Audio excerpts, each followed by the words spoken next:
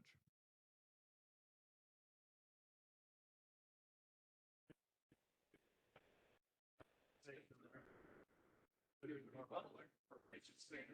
One nation, under God, indivisible, with liberty and justice for all.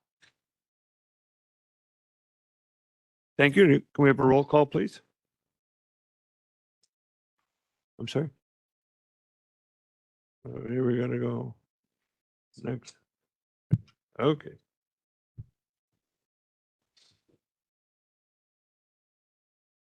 Balich, Here. Brooks, Here. Bullock, Costa, Revis, Here. Freeman, Axley. Yes,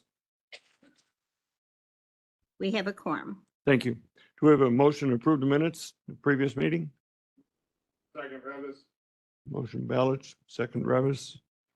Roll call vote, please. Balich, Yes. Brooks, Yes. Revis, Yes. Axley. Yes, Motion passes. thank you. Capital Improvements Committee, Mayor Board meeting under old business, the Will County Facilities Conditions Update and Rebate Program, please.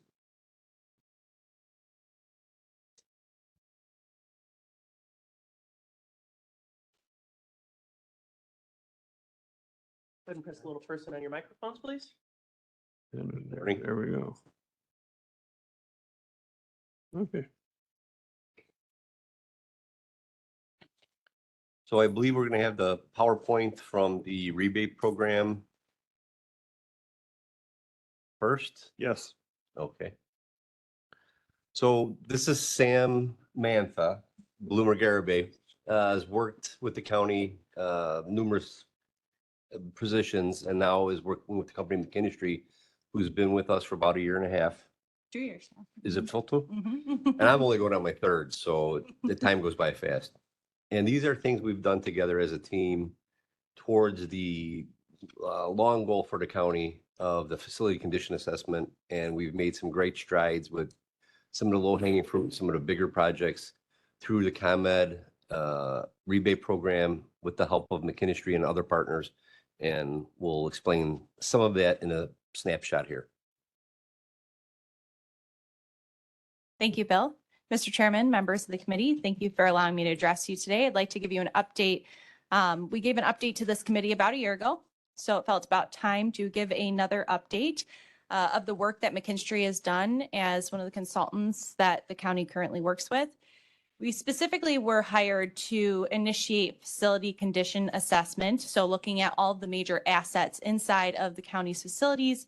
And this is all done by a team of engineers employed by McKinstry, and we go through and we basically say, what is the condition of these different assets that make up the value of this building, can be very helpful in maintenance planning, capital planning, as well as making decisions about the future of county real estate. So in order to add value to that, usually when a consultant comes in and does a facility condition assessment, all you get is a Excel spreadsheet or a binder report that says, here's the assets, here's their condition. We took advantage of a ComEd monitoring-based commissioning program and said, since we're already going to be inside county facilities assessing assets, why don't we note ways in which those assets might be optimized to save operational costs, in this case, energy and gas and water. So through that program, the county was able to, and we'll address this on a future slide, receive a large sum of paid services from ComEd then instituted by McKinstry. So great cost savings there, and continues to save costs throughout the duration of the relationship since 2023. So we've done about half of the county facilities through this engagement. And now we're looking ahead and saying what still needs to be done and what does that look like? And in regards to that, with the change of our work order program, we were starting to, we knew that the old one was dying. We had to replace it. So with the team of people I inherited that worked for the county, we started doing asset tagging of all of our bigger equipment, following a PM schedule that hadn't been followed as rigorously before. And that goes right hand in hand with this, because now we have these assets in 2 different places. We know when they were made. We know what the details are. We know the life expectancy of this equipment, which before We were going by manufacturer's recommendations, and you can't go by that. They said that machine's gonna last 50 years. We know it's only gonna last 30 years. So it's working very well with what their engineers and my team are doing together when we go into a building. So I didn't mean that. No, Jump in please. there. Thank you. If we can move on to the next slide. This is what I call the happy slide. That's why it's green. Through our engagement with the county, we've been able to identify several hundreds of thousands of dollars in savings. So to the state, the investment that the county has made with McKinstry still does not exceed the total project value. So as I said, when we went through and did the facility condition assessment, we noted building controls related savings. So no and low cost opportunities, switching how buildings are scheduled for heating and cooling, lighting, small changes that over the scale of all of the county facilities has a big impact. So this is a great way to demonstrate this committee, this board's, the county executive's overall leadership and stewardship of taxpayer dollars. This is an example of that. And this is all ran through ComEd. So we're a certified provider through that program. So you know that what I'm saying isn't just because I love the company I work for, it's actually because we're a certified provider and only a small list of firms are able to execute this program. So one number in particular I want to point out is the second bar where you see it says ComEd paid services. Had the county chose to do a facility condition assessment with another firm and not think strategically, like, can we try to find savings while we're going through the guts of these buildings? $125,000 was paid from ComEd directly to McKinstry to institute this work. So in the other rebate programs you all may be familiar with, the county usually pays to do an improvement and then on the back end gets a rebate check. In this instance, the county didn't have to put any capital forward for those services. ComEd paid us directly.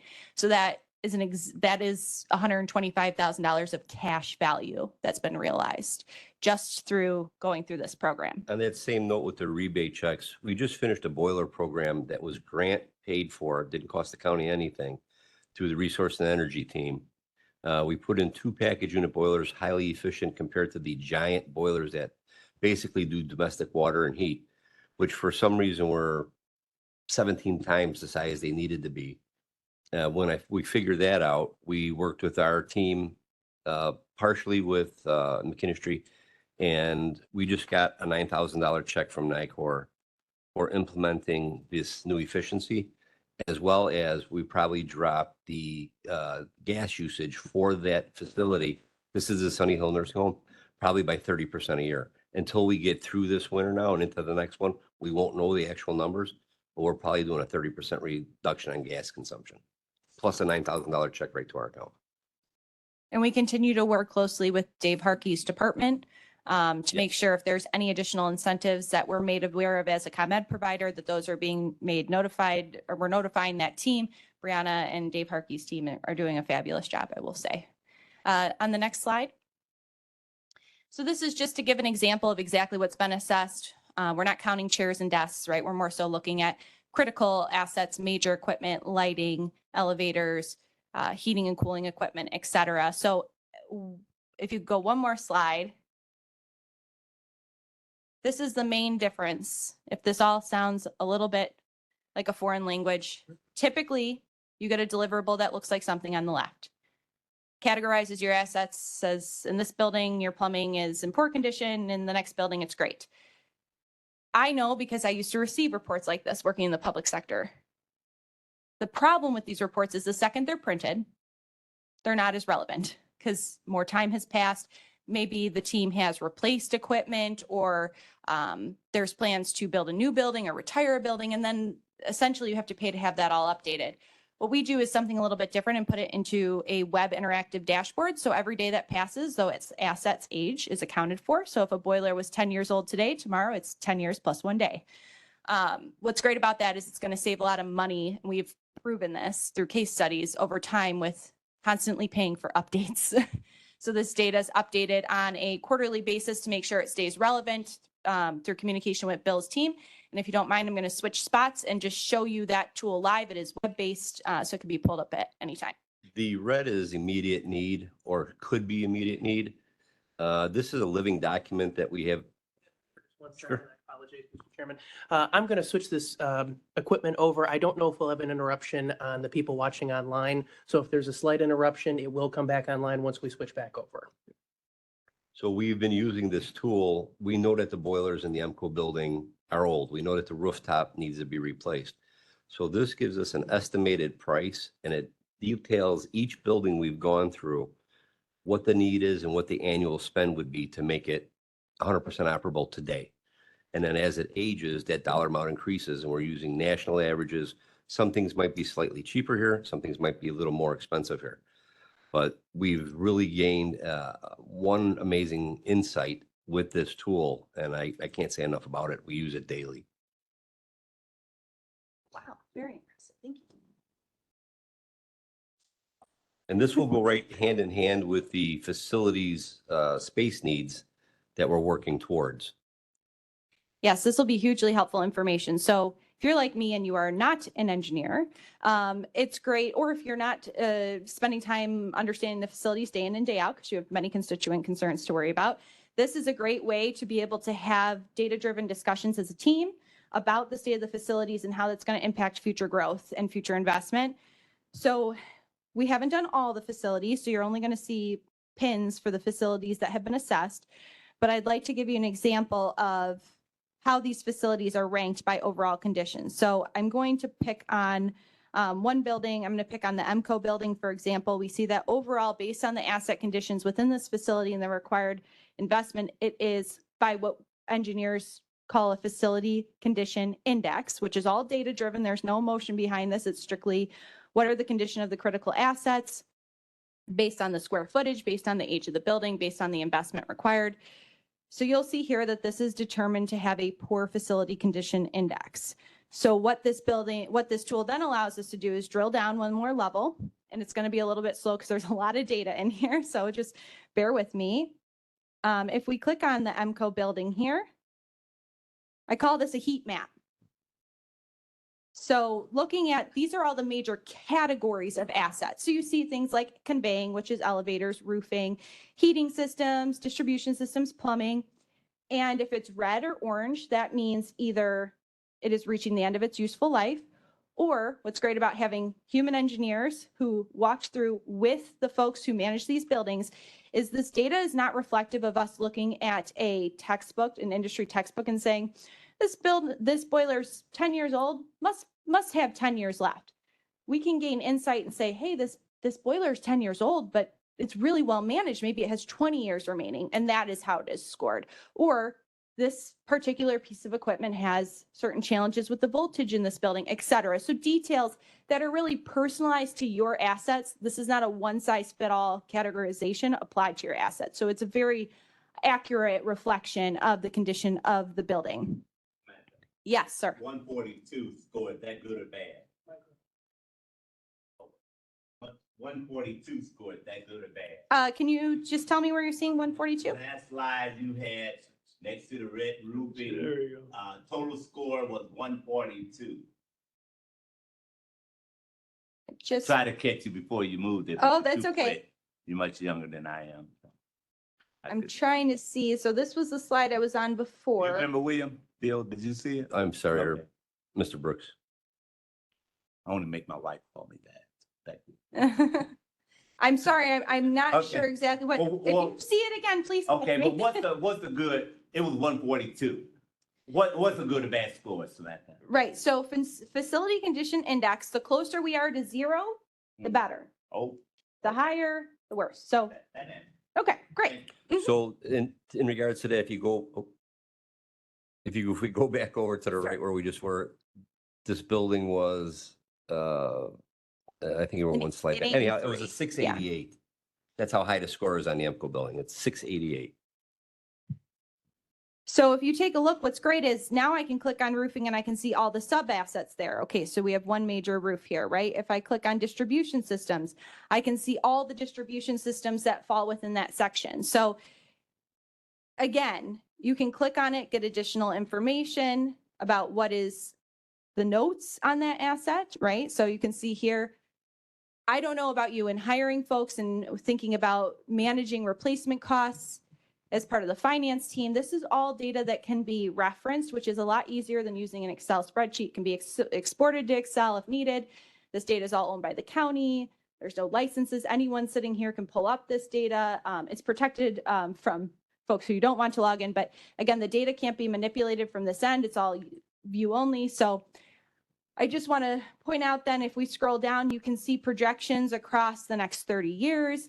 And part of what we do is try to help consult the county on how to equalize these needs across, because having these big ups and downs and needs and capital costs, we all know is a challenge to meet financially.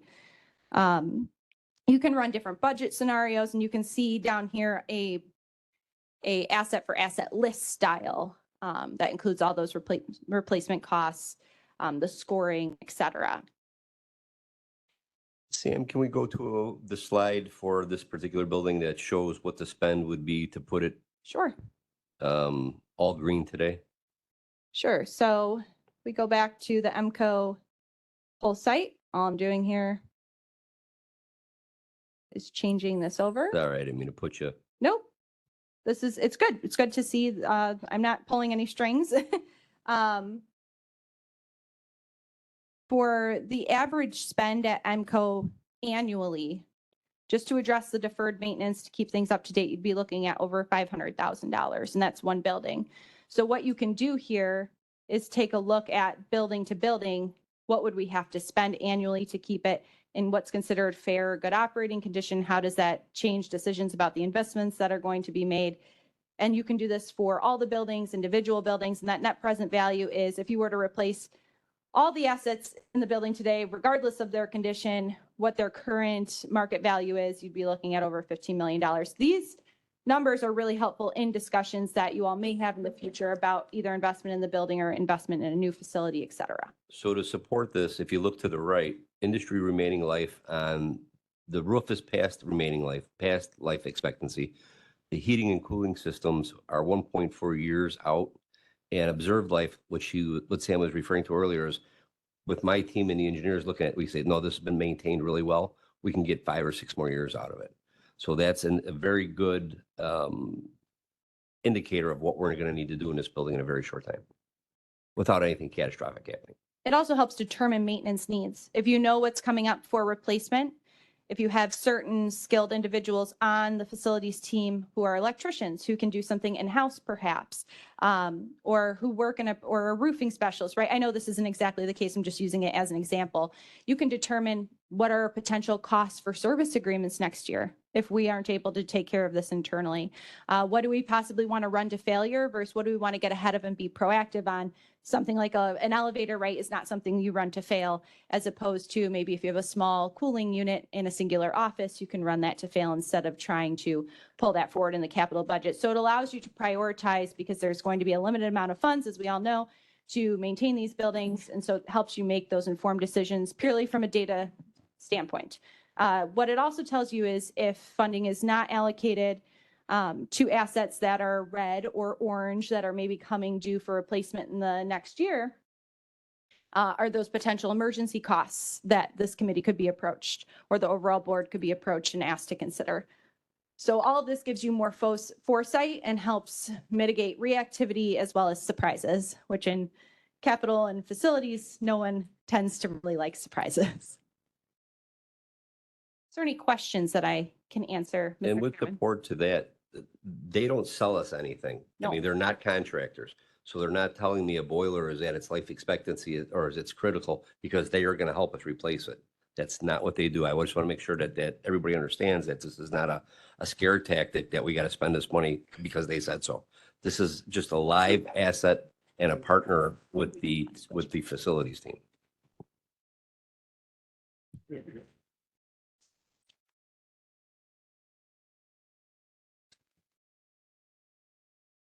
Mr. Van Dyne? Question for the team. Is there some sort of alert that comes to the system that lets us know that we have 6 months left on some life expectancy, or do we have someone that constantly monitors this on a weekly basis? Every Thursday, we do an overview with the facilities team meeting. And on the third Thursday of the month, we have Sam and the resource and energy team in together, and we pick and prioritize what I'm going to bring forward for as a need. And it is continuously monitored by our team. And every year come planning time, part of We're not a company that sells software. I want to be clear about that. This is just happens to be a tool that we think is a better deliverable than a binder. So we subscribe to it and we use it. The real value is that we have a team of engineers that is constantly available to the facilities team to call with any question, any curiosity, and to assist in the capital planning recommendation process. So the best data-driven decisions are presented to leadership for final approval. Thank you. Thank you. Any other questions, comments? Mr. Brooks, Comment. we'll find you again here. This is good information, Bill and Sam. Several years ago, those of you that were on capital improvement in 2019, 2020, you remember, Joe, we spent a lot of time talking about a new courthouse for Mr. Kennedy over there, a new health department for Ms. Bellato back there, and all the new buildings. And that was where all that time went to. But taking the time to do this assessment right now is proactive. And what I like about it, showing us right now where we need to be and the next steps we need to take before we get there. Although we had a lot of old buildings at that time, you got new buildings now, but you still have old buildings. That's why I looked at those scores, because I know there's still life in them, but some of them, like the MCO building downtown, it's a very old building. I remember years ago when Glasgow office was up there, Roger, and it was kind of creepy walking down the hall up there. So I'm glad that moved. But I think this is very good, Vice Chair, in that we're getting information that's proactive, showing us what we need to do, preparing us for later on down the road. Thank Yes, we're preparing for the future. Right. We know what our costs are going to be. That's right. Absolutely. Any other questions or comments? I will make one more comment just because I would be curious about this too. All of those costs, part of our agreement is to keep them up to date year over year. If anything gets replaced, we update it. Any changes, that all stays up to date. That is the ongoing part of the relationship. So inflation, all of that is calculated in, and it's all factored in using our database of local labor costs, things like that. So it is as accurate as it can be without actually going out for a bid process. And we can go into the minutia. I mean, so far as filter changes, people don't realize we've probably spent $200,000 a year on filters for these air handlers. That's not a cost that you really budget for. It's something it's an everyday cost. Maintenance cost. Yeah, absolutely. So, I mean, we can add that to these projects. When you see, if you want to, not even really want to get deep, we put in labor time with the team we have. And most of these square footage of these buildings, the would require an around the clock service, even though there's nobody in there around the clock in other areas. So we're working with a smaller team and getting a lot done, I guess is the point I'm trying to make here. And this is a great partner in that process. Yes. Okay. Any other questions, comments? Next set of slides are not going to be as dramatic as the reveal Facilities dashboard. update. So we've been making changes. The next one will show you.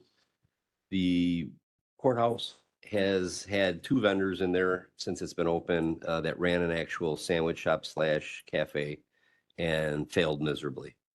So without the county going into a bid process to have another vendor, we reached out to the people that ran it previously and they had no interest in it. They could not make any money. It was a loss for the county. So we reached out to DuPage, a couple other courthouses. They've all gone to these, they call them an automat because it's a vending machines. There's fresh salads, fresh sandwiches, all kinds of drinks and snacks, higher end coffee machine that will grind the beans, drop them into a filter and make you a cup of coffee. And it's cash or credit card. So if somebody doesn't realize that there's no food in the building anymore, they can debit card the machine. They're all wireless. And we're trying certain machines now and then going forward with this one didn't get touched. These sandwiches were all eaten, and then we'll refill with the most popular. So Chris is a contractor with the county as well as the state. He is a disabled veteran. It's no contract value cost to the county, and we implemented it a couple of weeks ago. We pay the electric on that floor, and then vending machines use very little. The court annex, we were just talking about the annex building on Ottawa Street, level 2 renovations. The old courtrooms are being made into offices. The design stage is complete. Contract value was $350,000. We expect to start early spring and be done by August. Land use, public defender. This is a rented space, consolidating space, bringing more people together on 3 and 4. That's only 2 levels instead of 3 and 4 levels now. And this is going to be, contract value is going to be adjusted in the cost of the rental. And Mr. Bays is going to be doing the renovation with his team. Everybody likes the Copperfield building. We are moving forward with the Veterans Assistant Commission. We are going to be building out 2 floors.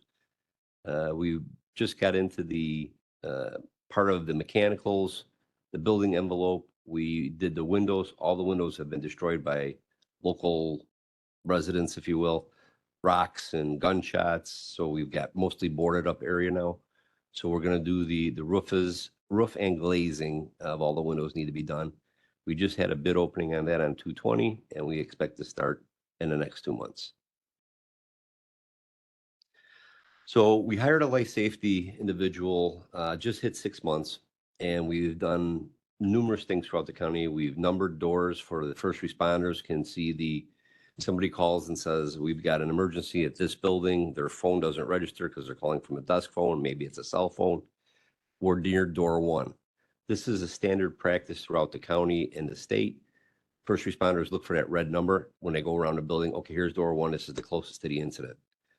And this is not a Will County facility building, but it's the same exact furniture we use.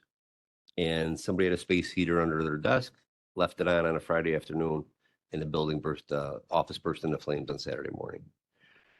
And then with Phil being new to our team, just want to say that I've been getting accolades about the first aid cabinets, the AEDs, the new escape routes, the new floor plans that we're implementing. We did put first aid cabinets in all the different departments that were never there. People were buying them themselves, and now we've made that uniform. And this was a real nice thank you we got from April in the probation department. And we try and highlight one of our guys each month. Dale's going on 20 years at the health campus, and he is one modest individual. And as anybody from the health department can attest, that he's Johnny on the spot and is very proactive and never has to be asked twice to get something done and brings things to our attention continuously. So we would like to give a little shout out to Dale. He's a wonderful employee. Tim? As we were talking about, Sam mentioned if the trades can do anything in-house, if you've got a locksmith, if you've got a carpenter, we utilize them where we can. So this little project at the ADF was almost a $40,000 savings by repiping these valves to an air handler by doing it in-house with our plumber and our craftsman at the ADF. When we started getting bids on it, it was a ridiculous price for putting this in. There was no balancing that needed to be done. It was just straight labor and time. So we took it upon ourselves to do it ourselves. And that was the savings to the county. That's the feel good. Thank you very much. Anyone have any questions for Bill or Sam? Hearing none, we'll move to old business. Any old business?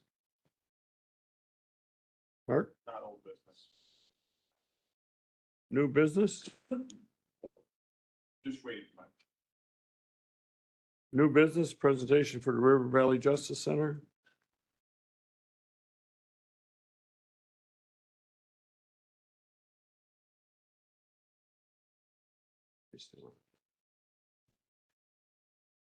Good morning, I'm Chris Watkins, I'm the Director of Court Services. This is Shannon McCormick, she's the Superintendent of Valley Juvenile Detention. I'm Chris Watkins, I'm the Director of Court Services. This is Shannon McCormick, she's the Superintendent. We'll get you in here. Can you hear him?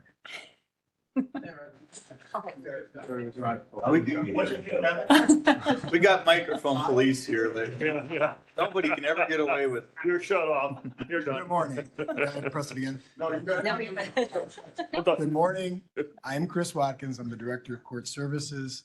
To my left is Shannon McCormick, she's the Superintendent of the River Valley Detention Center, which is a part of Court Services. So we have a bit of a presentation about the detention center and about the costs and associated with keeping it open, or what it would look like if we were to have to shut it down. So, and I'm going to turn it over to Shannon at this point. Sure.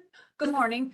So the first slide that you'll see is the services that we provide in-house at River Valley. So the counties that we serve currently are Will County, the Will County residents. We also service DeKalb County and Kankakee County.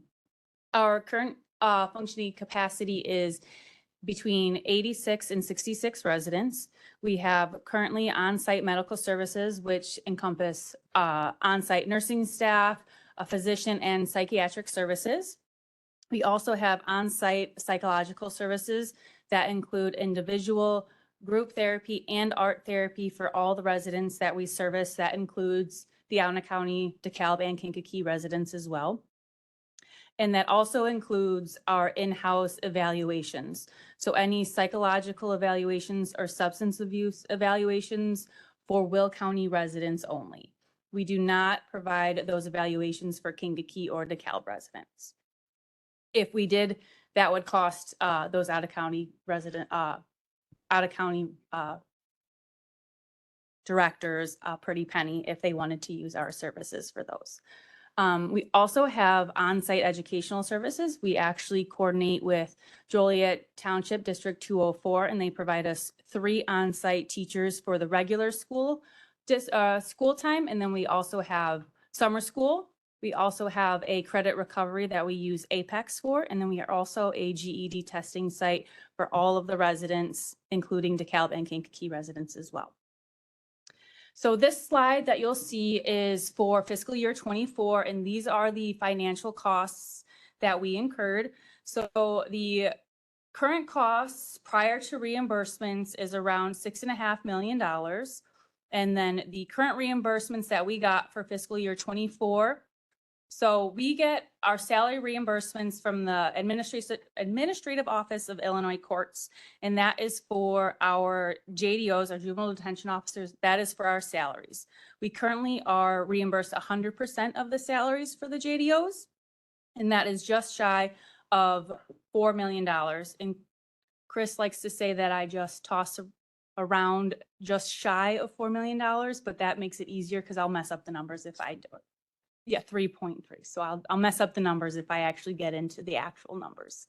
And then we also get reimbursed through ISB.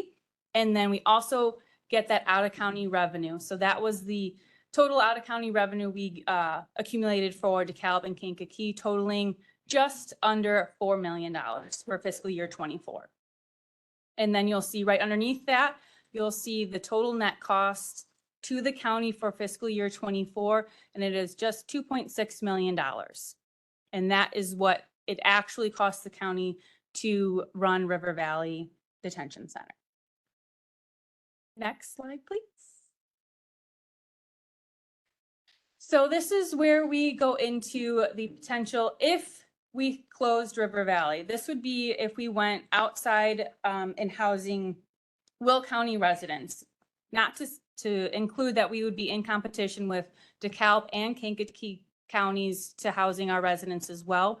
There is a per diem for bed space in all of the other detention centers that range between $150 to $250 per day. And that is just strictly for the bed space. That is just for the residents staying in that room overnight. That doesn't include the mental health services, the additional costs for medical, the intake screening, and the transportation costs.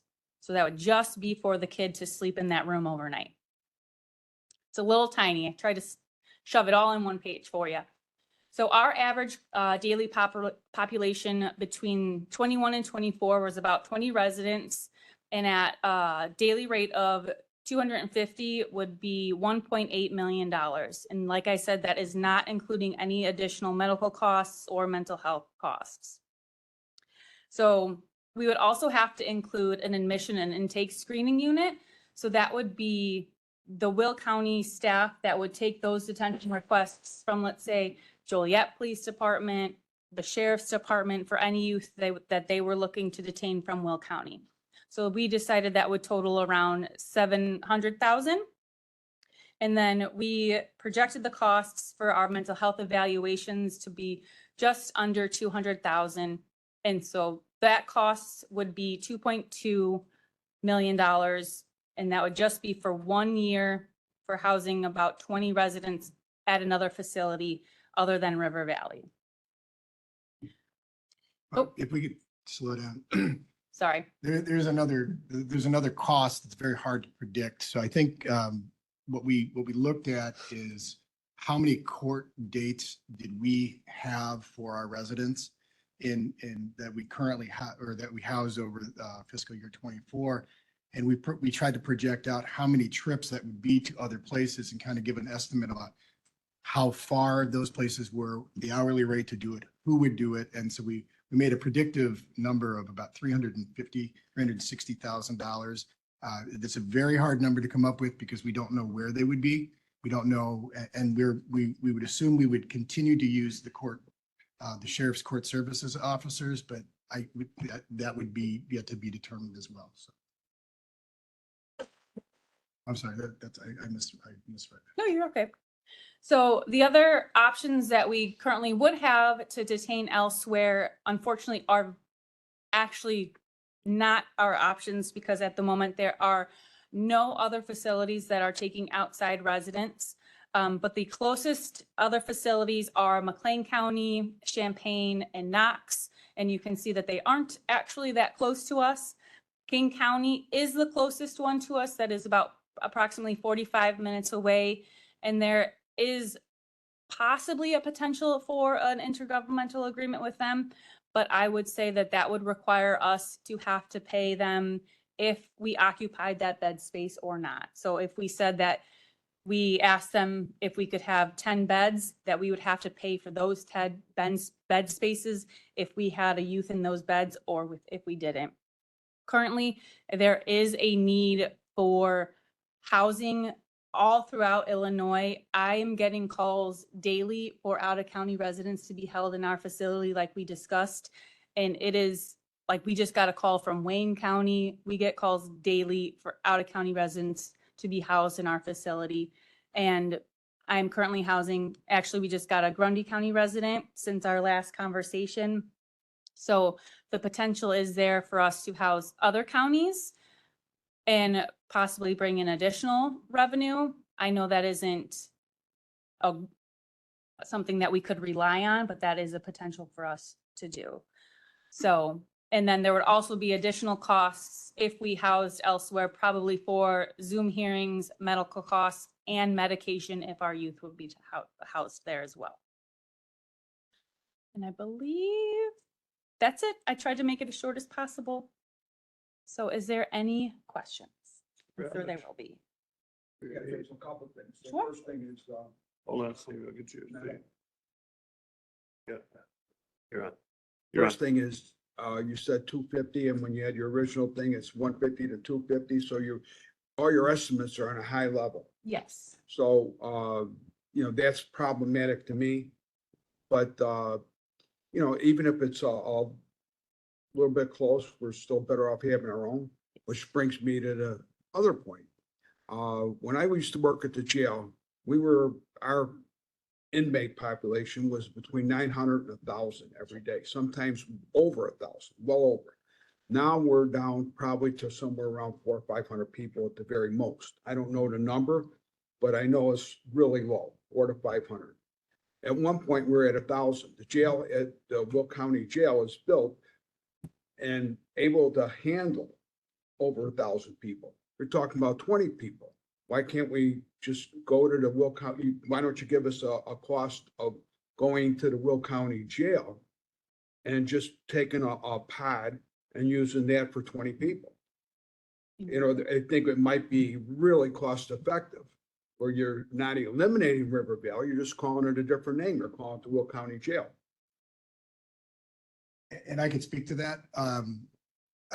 Yeah, absolutely. That, using existing space to run it would be cost effective. However, if we were to go back in history, we did occupy, the detention center at one point occupied BPOD temporarily, and it was allowed to operate independently, walled off, separately, using the same services, whether it was kitchen or medical services. But it had to be sight and sound separate under a variance allotted by the state, as long as we were building a standalone facility. So the state does not allow for buildings to be attached or juvenile detention centers to be attached to adult detention centers.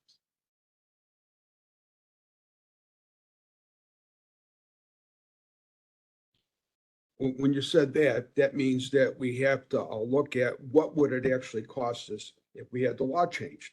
We have a lobbyist and we can go to the state and have it changed. Now, you know, it's not like, we don't have any state reps and state senators that would understand the difference. Why would we have to pay rent to ourselves? You know, I mean, you're saying because of state law, it has to be separated. Well, we get the law changed. And then what happens? That doesn't seem like it's too hard to change that law because it would benefit us. I think I can get most of the people that I know in the state, reps and senators, to go along with it. I know for sure I can get Democrats and Republicans. So why don't you come back with something that includes the actual cost of not renting, just having them in the jail. And then we can look at both things and maybe we do this, renew this thing for a year and give us time to get the law changed. I mean, I'm just throwing that out. I mean, you guys are here, Certainly. you know, you're trying to sell us on buying, you know, going with keeping the thing. That's why your estimates are all high. And I don't have a problem with that, but I do have a problem by not including a jail. And I have no issue with that. I guess if we were to use, so I guess the question would come in, would we be still using the same staff that we are using now? So those staff are reimbursed from. Yeah. Shouldn't turn it off.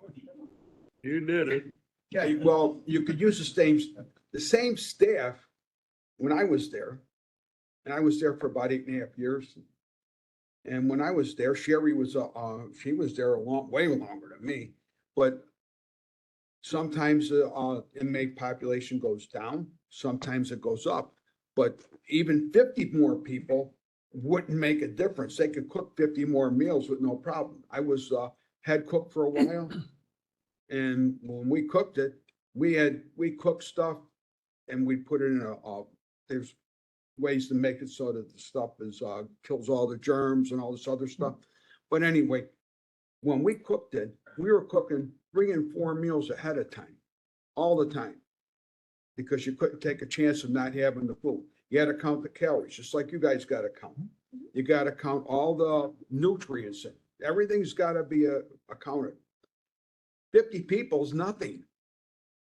And a lot of the people that worked there were there when I was there yet. You know, Well, so what we need is an analysis, Steve. We were asking for an analysis of how much space do we have in the existing jail? Can we combine them? And then they have to deal with state law and stuff of that nature. So maybe you could look into that and bring that back to us. Yeah, I could. Or is it possible? Bear with me. I don't understand where the cost savings would come in. Because we're not renting the current space at River Valley. We would just simply be moving operations and consolidating to the sheriff's department, but I'm Keep sorry. shutting that thing off. We're gonna start charging. If you have an existing building and you eliminate River Valley, that's a big giant building with a lot of costs associated with it. To maintain it, we just had a facilities person come in here. All right, well, if you get rid of River Valley, we could sell the land, make a ton of money off of it. They're building houses over there. I mean, there's a lot of stuff that we could do. Put them all in the same place. You save money. I mean, we can go on and on about this, but yeah, what Dave said is what we need. We need to have something to say, give us an idea what it would cost if we just went to the jail and we used everything the same. We didn't pay any rent. We used the same cooks to cook 50 more meals. And you're saying the maximum would be 30 right now. Basically, I'm using round numbers. So I'll say maximum's 50. okay. I'm And gonna they have psychologists, they have doctors, they have dentists, they have We everything. have a in the jail. duplication of sources here. Pardon me? We have a duplication of resources. If we Right. combine it, So we you'd would save all eliminate some. that. I would just say we would need to enlist the aid of facilities because our predictive costs were simply our operational costs. They had nothing to do with the long-term, short-term maintenance of the detention centers. I get that, and your operational costs would go down drastically at the jail. Drastically, because you'd be using the same doctors and the same beds, the same, everything the same. So that you're talking about a tiny number. So the cost would definitely go down, without a doubt. Okay. Yeah, so, yeah. Can you bring something back to us on that? I mean, the state law is one thing that's very important. Can you combine? It? That's the important factor. And then how much room do we have? So. Any other questions or comments? Sure. I gotta find you here, Joe. No, I'm on. Oh, Yeah. you're on. Okay. Thank you. You know, Steve, I don't believe that's a terrible idea, but we do know if the conversation and the idea just started today here, we're probably 3 years away from that, you know, when we want to deal with the changing of the law. So I think at this point, I don't necessarily see the point of them bringing that kind of information back next month. I think it's way premature, but the idea and the talking points we could probably reach out to the state of Illinois. But with that being said, I guess just quickly looking over at these numbers, I do know we did have a leadership meeting about the condition of the juvenile center, and there does need to be some upgrades. Is it in your opinion that this county uses funding to use the upgrades at the juvenile center and continue to operate versus sending our residents somewhere else? In your guys' professional opinion, I If guess. the comparison is explicitly between maintaining our kids in River Valley and sending them to other counties, Mhm.